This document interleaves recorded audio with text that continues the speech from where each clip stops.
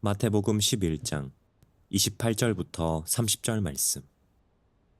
수고하고 무거운 짐진 자들아 다 내게로 오라. 내가 너희를 쉬게 하리라. 나는 마음이 온유하고 겸손하니 나의 멍에를 메고 내게 배우라. 그리하면 너희 마음이 쉼을 얻으리니 이는 내 멍에는 쉽고 내 짐은 가벼움이라 하시니라. 좋은 날입니다. 잘 지내셨죠? 네. 하나님께서 또 오늘 우리들 각자에게 생명의 말씀, 또 우리 모두에게 필요한 주님의 음성 들려주시는 그런 시간 되기를 축복합니다. 네. 우리가 살고 있는 현대의 삶을 살펴보면, 또 우리의 삶을 한번 돌아보면, 현대인의 삶을 만약에 하나로 특징지어서 이야기한다면 쉼이 없는 삶이다. 안식이 없는 삶이다. 이렇게 이야기할 수 있을 것 같아요. 매일매일의 삶을, 또 오늘 이 말씀을 지금 듣고 계신 여러분들, 지난 한 주를 한번 돌아봤을 때 여러분들은 어떻게 사셨습니까? 마음 가운데 평안과 또 안식과 쉼 가운데에서 한 주간의 시간들을 보내셨습니까?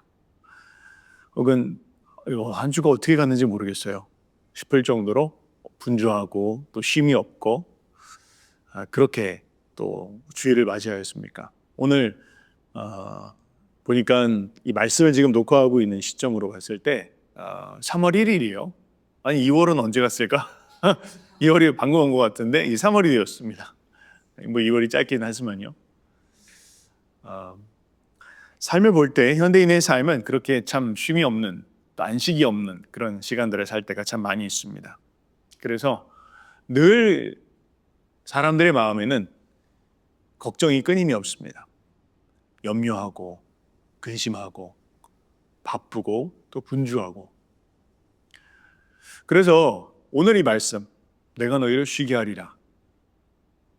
이 쉼이라는 그런 단어를 들을 때 우리는 마치 약간의 좀 죄책감? 혹은 그거 사치지, 고아스러운 일이야 라고 생각할 때가 참 많이 있습니다. 심지어 하루 종일 정신없지만 현대인들은 밤에 잘 때도 지쳐서 잠잘 때가 참 많잖아요. 늘 핸드폰을 가까이에 두고 하루 종일 했던 일들과 또 해야 될 일들과 수많은 문자와 또 답할 것들과 그런 가운데에서 심지어는 잠을 잘 때에도 염려하고 근심하면서 잘 때가 참 많이 있습니다. 여러분 공감되시죠? 이것이 마치 우리 현대인들의 삶의 모습입니다. 자, 그런데요, 신앙생활은 무엇입니까? 신앙생활은 한마디로 이야기하자면 안식으로의 초대입니다. 오늘 주님은 우리에게 수고하고 무거운 짐진 자들아 다 내게로 오라. 내가 너를 쉬게 하리라. 그렇게 이야기하고 있어요. 우리에게 안식을 주기를 원하신다라는 것이죠. 자, 그런데요, 우리가 이렇게 바쁘게 살아갈 때, 또 분주하고 정신없고 염려하고 근심하고, 또 오늘 말씀처럼 수고하고 무거운 짐을 지고 살아갈 때 우리의 삶에 나타나는 한 가지 특징이 있습니다. 그게 무엇인 줄 아십니까? 바로 자기를 잊어버리게 된다는 거예요. 내가 누군지 모르겠어요. 바쁘게는 살고 있어요. 정신없이는 살고 있어요. 그런데 점점 쉼 없이 반복된 채로, 쳇바퀴 채로 그렇게 계속 굴러가다 보니까 내가 누군지 모르고 시간이 흘러갈수록 난 누구지? 난 무엇을 위해서 살아가지? 그런 걸 모르게 된다는 거예요. 그러다 보면 스스로 가면을 쓰고 살고, 또 그냥 남이 씌워준 가면을 가지고 그냥 그것이 나인 것처럼 여기며 살아가지만 시간이 지나고 나면 나를 잃고 살아갑니다. 주소가 없어요. 내가 누굴까? 난 무엇을 위해서 태어난 걸까? 난 무엇을 위해서 살아가야 될 건가? 모르는 채로 그냥 정신없는 삶을 등 떠밀리듯이 살아가게 된다는 거예요. 오늘 주님 말씀이 이렇게 이야기하고 있습니다. 수고하고 무거운 짐진자더라. 근데 이 수고하고 무거운 짐이라고 이야기하는 게 두 가지 형태의 동사가 있는 거 아세요, 여러분? 수고하다라는 것은 수동태고요. 무거운 짐을 졌다라고 하는 건 능동태입니다. 뭘 이야기하냐면 우리의 삶의 짐이 두 가지 짐을 우리는 지고 살아간다는 거예요. 자기 스스로가 얽어매고 지고 가는 짐이 있고 또 누군가가 지어준 짐을 지고 살아간다는 거예요. 그렇죠? 우리는 스스로도 막 열심히 성공하기 위해서 분주하게 살아가고 스스로 애를 쓰면서 살아갑니다. 근데 뿐만 아니라 거기 더해서 주변 사람들의 기대와 부모님의 기대와 주변 사람들의 어떤 그런 기대 가운데에서 그것을 부담으로 안고 짐을 안고 살아갑니다. 이게 마치 오늘날 우리들의 모습과 같다라는 거예요. 근데 어디 세상에서 뿐만 아니라 교회에서도 그렇다는 겁니다. 세상에서 성공하기 위해서 또 주변의 기대에 만족시키기 위해서 살아가지만 심지어는 교회에 와서도 주님 앞에서 신앙생활을 할 때에도 하나님 앞에 인정받기 위해서 애쓰며 살아가고 혹은 그냥 주변 사람들의 시선에 부합하기 위해서 애쓰면서 살아가는 종교적인 열심으로 살아가는 우리들의 모습들을 우리는 보게 된다는 겁니다. 그런데 그렇게 우리가 만약 그렇게 살아가고 또 그렇게 신앙생활을 함에도 불구하고 우리의 마음속에 또 심령 가운데 평안이 없다면, 쉼이 없다면, 안식이 없다면, 그래서 결국에는 야, 이렇게 살고 있는데 왜 자꾸 고갈될까? 열심히는 살고 있는데 왜 안식이 없을까? 난 그것을 추구하는데 아무리 뛰고 달려도 마음 가운데 안식도 평안도 기쁨도 만족도 없고 결국 지쳐버린 내 모습만 발견하고 있다면 오늘 이 말씀을 여러분들은 꼭 기억하셔야 됩니다. 오늘 주님 말씀하시기를 다 내게로 와라. 내가 너를 쉬게 하리라. 그렇게 말씀하고 있습니다. 여러분 그런 질문 혹시 해보지 않으셨어요? 신앙생활 하면서 교회는 왜 다니는 걸까? 하나님은 왜 믿는 걸까? 혹은 여러분이 지금 여기 계신 분들은 훈련, 카이로스 훈련을 받고 계신데 나 이 카이로스 훈련에 왜 온 걸까? 그런 질문 해보셨어요? 해보셨죠? 네, 해봤어요. 네. 지난 한 주도 제가 몇 번 이렇게 여러분들과 이야기 나누면서 그런 질문들 하더라고요. 저 그런 생각 해보고 있습니다. 카이로스 왜 온 걸까? 하나님은 왜 믿는 걸까? 여러분은 어떻게 답하시겠습니까? 하나님은 왜 믿는 것입니까? 또 훈련은 왜 받는 것입니까? 신앙생활을 왜 하는 것이죠? 교회는 왜 가는 것입니까? 성공하기 위해서 혹은 더 나은 삶을 위해서 가정의 평안을 위해서 여러 가지 그런 이야기들을 할 수 있을 거예요. 자, 그런데요. 오늘 본문에 주님께서 말씀하시는 것은 이렇게 이야기하고 있어요. 다 내게로 오라. 그 말은 우리 신앙의 목적, 우리가 신앙생활하는 이유는 바로 주님 그분 자신 때문이다라는 것을 기억하라는 것입니다. 주님은 수단이 아닙니다. 내가 교회에 열심히 나가면, 신앙생활 열심히 하면, 훈련을 잘 받으면 그러면 내 삶이 잘 되겠지? 혹은 내 삶이 더 부자가 되겠지, 높은 자리에 오르겠지, 평안해지겠지. 그 모든 것들은 주님께서 그냥 주시는 것이지만 그러나 그것이 목적은 아니에요.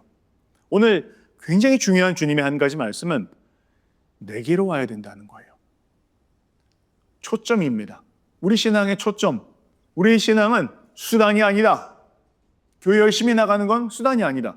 훈련받는 거 그것도 수단이 아니다. 우리의 진정한 의미의 우리의 삶의 목적은 무엇이냐? 바로 우리는 주님을 만나기 위해서 나가는 것입니다. 그거 자체가 목적이에요. 하나님을 만나는 것 자체가 목적입니다. 하나님을 만나면 내가 무엇을 하리라. 하나님을 만나면 이것이 되리라. 하나님을 만나면 무엇이 더 잘 되리라. 이건 하나님을 다 수단으로 여기는 것이죠. 그러나 하나님을 만난다는 것은 그거 자체가 목적이에요. 어쩌면 이해하지 못하는 사람도 있을지 모르겠어요. 그런데 성경은 그렇게 이야기합니다. 나를 만나는 것 그 자체가 우리의 삶의 목적이다. 그리고 그때 뭐라고요? 그때 우리에게 쉼을 약속하십니다. 수고하고 무거운 짐진 자들아 다 내게로 오라. 내가 너희를 쉬게 하리라. 내게로 와라. 그럼 내가 너를 성공시켜줄게. 그러면 네가 쉬게 될 거야. 그게 아닙니다. 내게로 와라. 그럼 내가 널 더 높은 자리에 오르게 해줄게. 그때 되면 네가 쉴 수 있겠지. 내게로 와라. 그럼 내가 너 돈 많이 벌 수 있게 해줄게. 돈 많으면 쉴 수 있겠지. 아니에요. 주님은 말씀하십니다. 내게로 와라. 그리고 끝. 그러면 너가 쉼을 얻게 될 거다.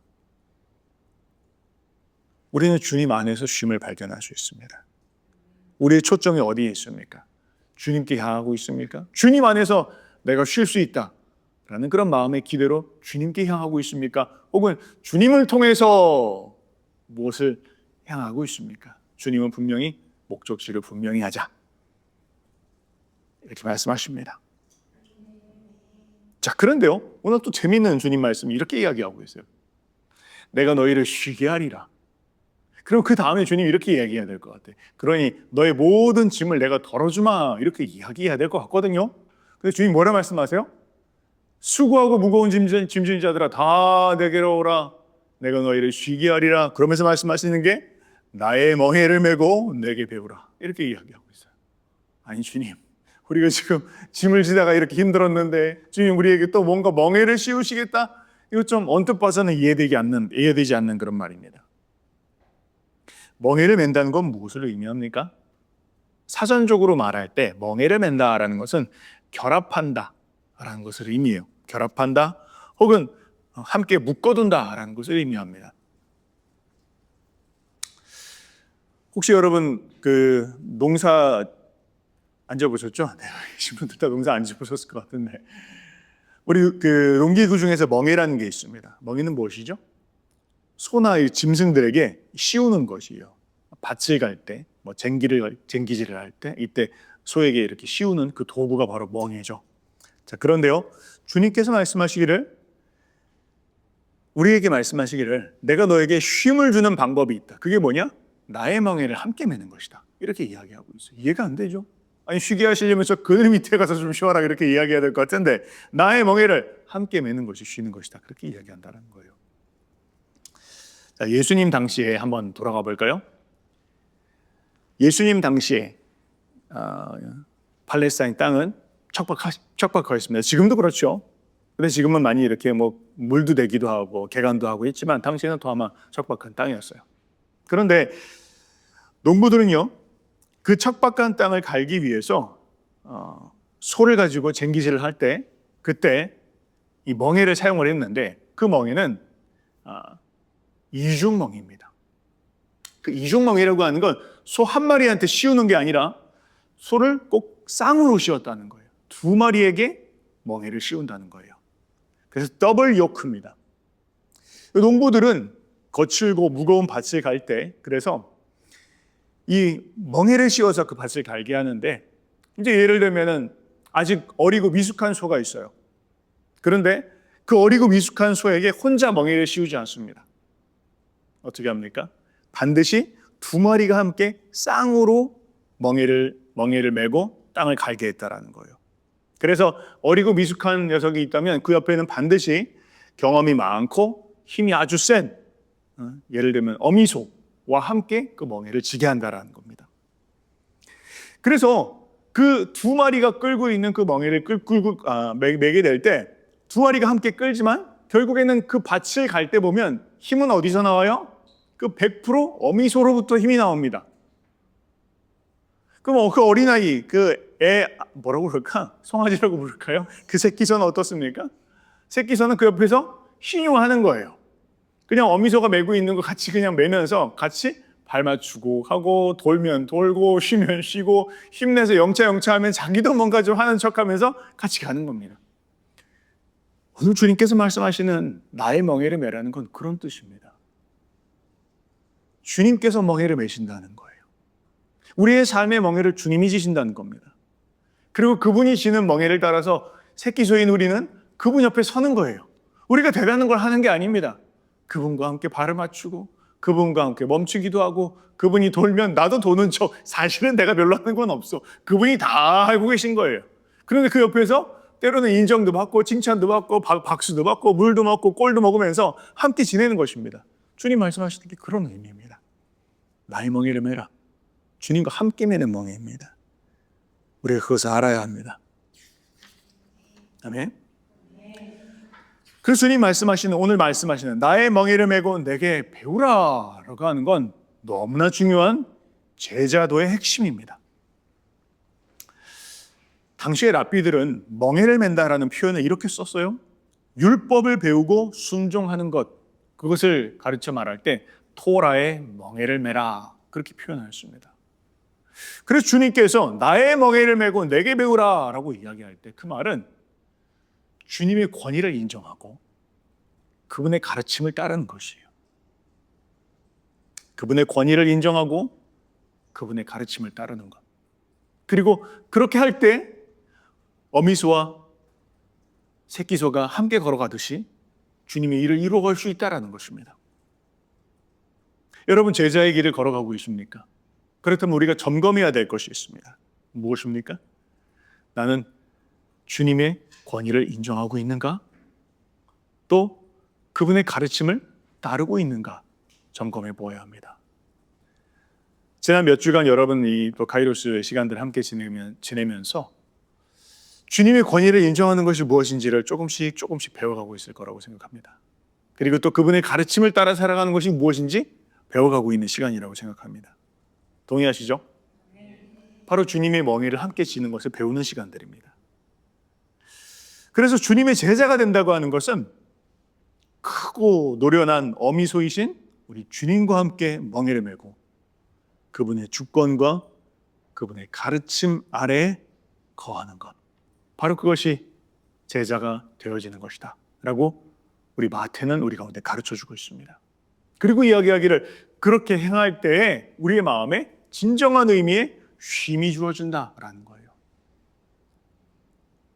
멍에를 집어던지고 애기소가 그냥 밭을 내 마음대로 뛰어다니는 게 아니라 어미소와 함께 멍에를 메고 그의 주권을 인정하고 그와 함께 그의 가르침을 따라서 한 걸음 한 걸음 옮겨가기 시작할 때 그때 비로소 우리의 마음에 주님이 주시는 진정한 쉼과 안식이 찾아오게 된다는 거예요.